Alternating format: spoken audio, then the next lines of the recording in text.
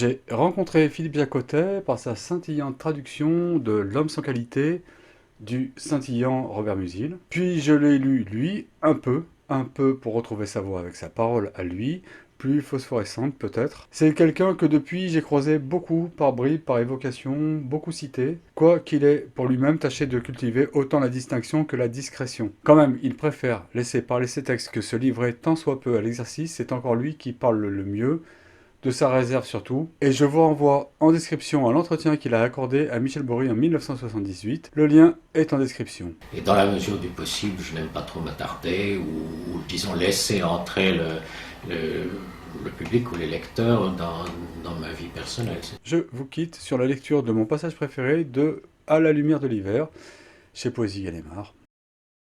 Un homme qui vieillit est un homme plein d'images raides comme du fer en travers de sa vie. N'attendez plus qu'il chante avec ses clous dans la gorge.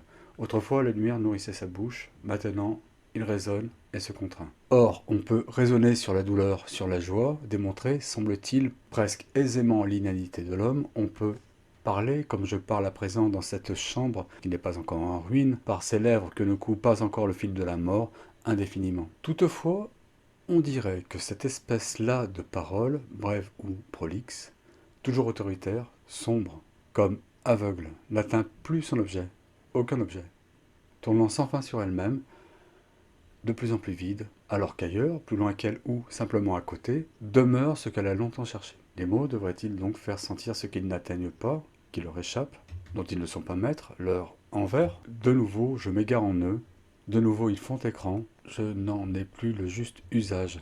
Quand toujours plus loin se dérobe le reste inconnu, la clé dorée, et déjà le jour baisse, le jour de mes yeux.